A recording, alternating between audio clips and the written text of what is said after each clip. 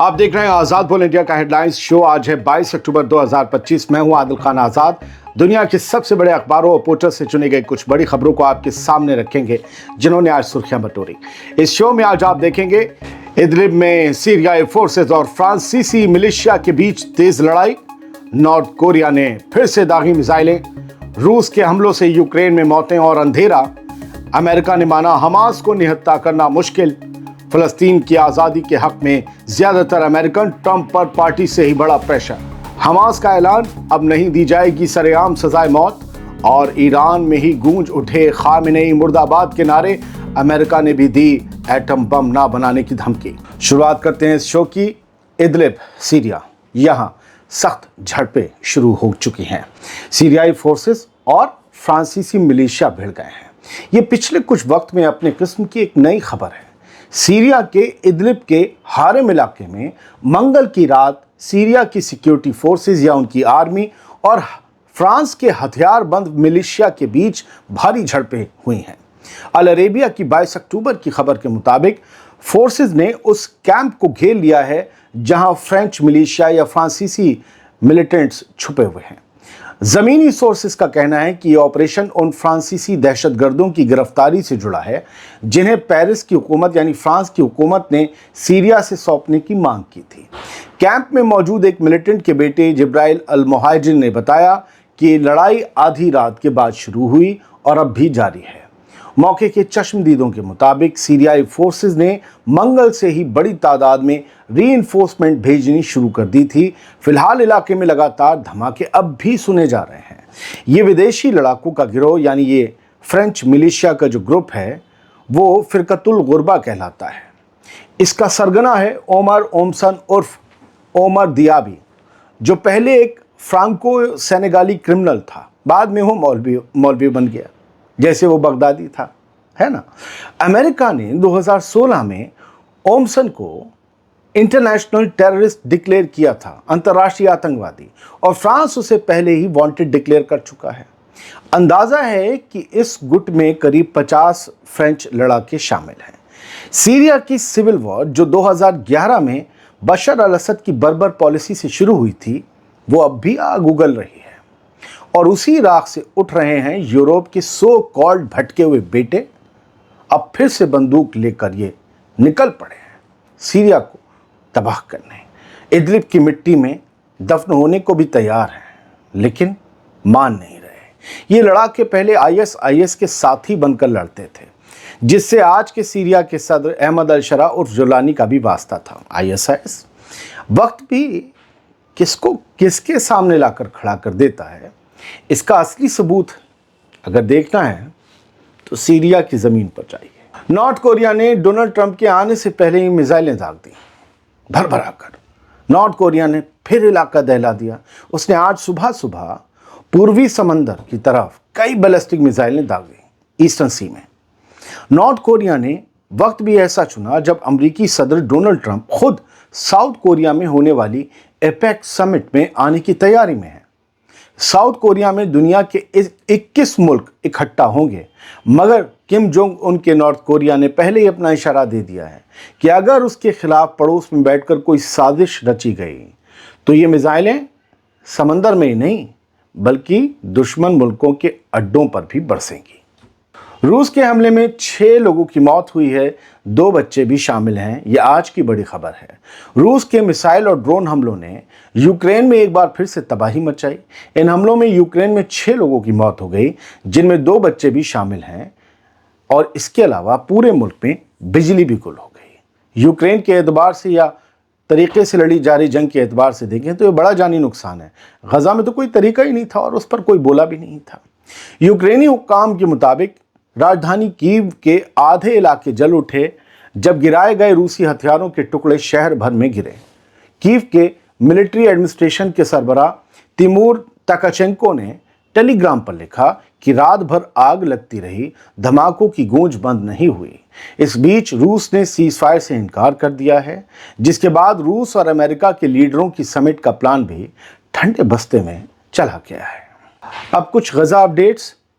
फ़लस्तीनियों ने Al Jazeera को बताया है कि सीज़ फायर के बाद भी गजा में ज़िंदगी में कोई फ़र्क नहीं आया है। इसराइल की छिटपुट बमबारी जारी है और राहत का सामान रोक दिया गया है। लोगों की शहादतों का सिलसिला भले वो 1, 2 या 3, 4 की तादाद में हो, लेकिन ये जारी है। लोग कहते हैं कि धूल वही है, डर वही है, भूख वही है, बस जंग का नाम सीज फायर रख दिया गया है। इधर अमेरिका के नायब सदर जेडी वेंस आज यरूशलेम में इसराइल में नेतन्याहू से मिले। गजा में जारी सीज फायर पर बात हुई, जो अब अपने 12वें दिन में सीज फायर। वेंस ने कहा, सीज फायर को बनाए रखना आसान नहीं है, लेकिन हमें उम्मीद है कि यह टिका रहेगा। उधर UNRWA ने खुलासा किया है कि राहत के सामानों से भरे 6000 ट्रक अब भी गजा में दाखिल होने का इंतजार कर रहे हैं, रफा बॉर्डर पर खड़े हैं, जबकि समझौते के तहत राहत सप्लाई बढ़ाने का वादा किया गया था, लेकिन वादा ना निभाना इसराइल की फितरत में शुमार है। इसी बीच इस्राएली फौज ने रात भर के छापों में 45 फलस्तीनियों को गिरफ्तार किया है। इनमें एक बच्चा भी शामिल है जो IDF को दुश्मन नजर आता है। दोस्तों, कहने को तो सीज फायर है, मगर ज़मीन पर सुकून नहीं है। गजा अब भी धुएं, डर और मदद के इंतज़ार से चारों तरफ से घिरा हुआ है। गजा पर जेडी वेंस का बयान सुन लीजिए। उन्होंने कहा है कि हमास को निहत्था करना मुश्किल है, मगर ज़रूरी है। मान लिया अमेरिका ने कि हमास के हथियार छीनना मुश्किल है, लेकिन ये ज़रूरी है। जो चीज़ मुश्किल है फिर वो होगी कैसे, एक बड़ा सवाल है। चलिए खबर सुनिए। यरूशलेम में इस्राएली हुकूमत के साथ एक प्रेस कॉन्फ्रेंस में अमेरिका के वाइस प्रेसिडेंट यानी उपराष्ट्रपति जेडी वेंस ने कहा, हमारे सामने बड़ा सख्त काम है और वो काम है हमास को निशस्त्र करना, हमास को निहत्था करना, उससे डिसआर्म करना और गजा को फिर से खड़ा करना। वेंस ने माना कि गजा की आवाम की ज़िंदगी बेहतर बनाना और साथ ही इसराइल की सिक्योरिटी यकीनी बनाना आसान नहीं है, लेकिन यही सीज़फायर का असली इम्तिहान है।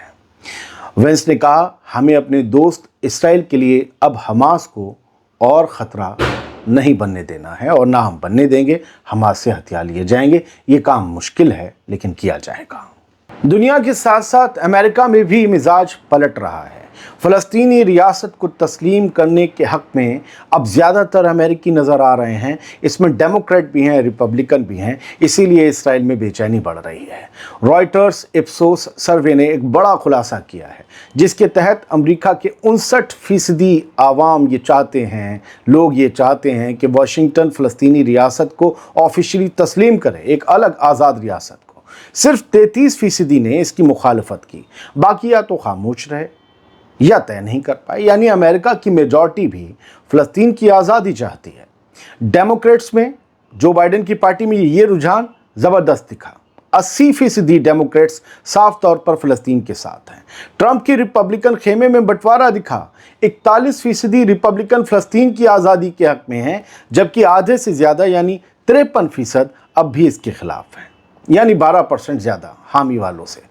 हाल के हफ्तों में ब्रिटेन, कनाडा, फ्रांस और ऑस्ट्रेलिया जैसे अमरीकी हलीफ मुल्क भी फ़लस्तीनी रियासत को तस्लीम कर चुके हैं, जिससे इसराइल में तिलमिलाहट बढ़ गई है। और अब ये सर्वे का एक और दिलचस्प पहलू ये है कि अगर ट्रंप की अमन साजिश काम कर गई गजा में, तो 51% अमरीकी उन्हें इसका क्रेडिट देने को तैयार है कि लो ताज पहनो। यानी नफरत के बीच भी क्रेडिट का रास्ता खुला है। 1/4 डेमोक्रेट्स, जो ट्रंप की दुश्मन पार्टी के लोग हैं, वो तक ये कह रहे हैं कि अगर गजा में सुलह कायम रही तो ट्रंप को कुछ इज्जत मिलनी चाहिए। यानी ट्रंप को अगर सियासत में फ़ायदा और इज्जत चाहिए तो उन्हें फ़लस्तीनी रियासत के हक़ के बारे में सोचना होगा। सियासत चमकेगी अगर रियासत चमकेगी। हमास ने कहा है कि अब गजा में सरेआम फांसियां या सजाएं मौत नहीं होगी।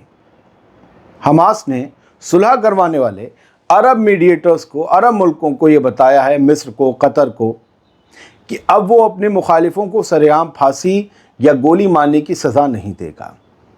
अमरीकी अखबार वॉल स्ट्रीट जर्नल की रिपोर्ट के मुताबिक मीडिएटर्स ने वार्निंग दी थी कि अगर ये सज़ाएं जारी रहीं तो इसराइल इसे बहाना बनाकर फिर से जंग शुरू कर सकता है। सोर्सेस के मुताबिक ये फैसला हमास के इंटरनल ग्रुप्स और कबीलों के झगड़ों में हो रही फांसियों को रोकने के लिए लिया गया है। हालांकि रिपोर्ट्स में ये साफ नहीं किया गया है कि पाबंदी सिर्फ सरेआम मारने पर है या तमाम तरह की सज़ाओं पर है। याद रहे कि हमास जिन्हें सज़ाएं दे रहा है या सज़ाएं मौत दे रहा है वो गज़ा में रहने वाले इसराइल के एजेंट्स या कोलैबोरेटर्स कहलाते हैं, और यही वजह है कि इसराइल उनके मारे जाने से बेचैन है, वरना अंदर की इंफॉर्मेशन गज़ा की कौन देगा इसराइल को। अमेरिका को ईरान से टकराना नहीं है, जंग नहीं लड़नी है, बल्कि अमेरिका को ईरान से सौदे की तलाश है, डील की तलाश है। जेडी वेंस ने कहा है कि ईरान खुशहाल रहे, बस बम ना बनाए। इसराइल में अपने दौरे के दौरान अमेरिका के वाइस प्रेसिडेंट, अमेरिका के उपराष्ट्रपति जेडी वेंस ने कहा कि अमेरिका की पूरी कोशिश है कि ईरान एटम बम से दूर रहे, लेकिन उसकी तरक्की पर कोई रोक ना हो, वो तरक्की करे, फलता फूलता रहे।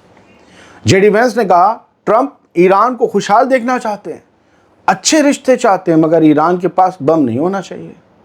उन्होंने साफ किया कि इस मामले को लेकर अमेरिका आने वाले वक्त में भी सिर्फ सियासी रास्ता अपनाएगा, सिर्फ डिप्लोमेटिक रास्ता अपनाएगा, पॉलिटिकल डिप्लोमेटिक रास्ता। वेंस ने कहा हम हर हाल में डिप्लोमेटिक कोशिश करेंगे ताकि ईरान को बम से दूर रखा जाए, यही हमारा मकसद रहेगा।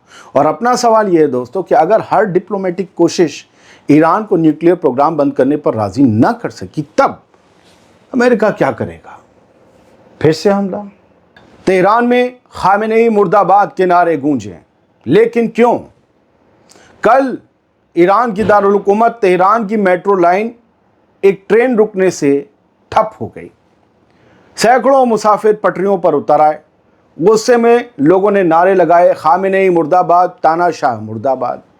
वीडियो में देखा गया कि कुछ लोग ट्रेन से बाहर निकलकर ट्रैक पर चलते हुए रज़ा शाह तेरी रूह को सलाम के नारे भी लगा रहे थे। जाहिर है ये लोग खामेनेई और उनके निज़ाम को नापसंद करने वाले और पहलवी की वेस्ट की तरफ झुकी हुई मॉडर्न सोच को पसंद करने वाले लोग होंगे। ईरान के मौजूदा निज़ाम का मुखालिफ मीडिया कहलाने वाला ईरान इंटरनेशनल, जो पहलवी के हक़ में भी लिखता है, ये ईरान इंटरनेशनल लिखता है कि मेट्रो सर्विस ठप होने का ये इंसिडेंट ईरान में बढ़ती हलचल और हुकूमत मुखालिफ माहौल का ताज़ा इजहार बन गया है। ये खबर इसलिए दिखाई, ये खबर बहुत तैर रही थी सोशल मीडिया पर, और कोई ऐसा दुनिया का मुल्क नहीं है जहां मुखालिफ लोग नहीं होते, जहां विरोध के, मुखालफत के सुर नहीं उठते। ईरान की दो मीडिया हैं। एक मीडिया जो IRGC और स्टेट के हुकूमत के कंट्रोल में है, आयरब हो, चाहे प्रेस टीवी हो, चाहे आपका तस्नीम हो, चाहे आपका मेहर हो, कहीं ना कहीं से या IRGC से और ईरानी हुकूमत से कंट्रोल होते हैं। एक वो मुखालिफ मीडिया है जो ईरान की जो क्रांति थी उससे पहले, जो रज़ा शाह पहलवी का दौर था, उससे ताल्लुक़ रखता है। तो ईरान से उधर की खबरें इधर नहीं और इधर की खबरें उधर नहीं दिखती। लेकिन ये तेहरान में हुआ, क्योंकि मैं आपको इसकी एक क्लिप दिखा दूँ, ईरान इंटरनेशनल की है, और आपको शायद ये समझ में आ जाए। पहले तो स्टेशन की देख लीजिए, आपको यहाँ लोग बोलते सुनाई देंगे, और जो फ़ारसी समझते हैं वो समझ लेंगे। और ईरान इंटरनेशनल ने लिखा भी, रज़ा शाह ब्लेस योर सोल, और सबको धुंधला कर दिया ताकि कोई पहचान में ना आने पाए नारे लगाने वाला, वरना पकड़ लिया जाएगा। ठीक है, मैं ईरान इंटरनेशनल को इसका क्रेडिट देता हूँ। और दूसरा वीडियो, जब वो ट्रेन ठप हो गई रास्ते में, वो लोग वहाँ परेशान हो रहे थे प्लेटफॉर्म पे, ये यहाँ, तो ये लोग उतरे, तो ये यहाँ पर जो हैं बोल रहे थे जो भी अपनी फ़ारसी में, ये वो ट्रेन थी जिससे लोग उतर रहे हैं। तो वहाँ रज़ा शाह की हक़ में और खामनेई साहब के मुखालिफ नारे लग रहे थे। ये सब हो रहा है। बहुत बहुत शुक्रिया। सलामत रहिए, खुश रहिए।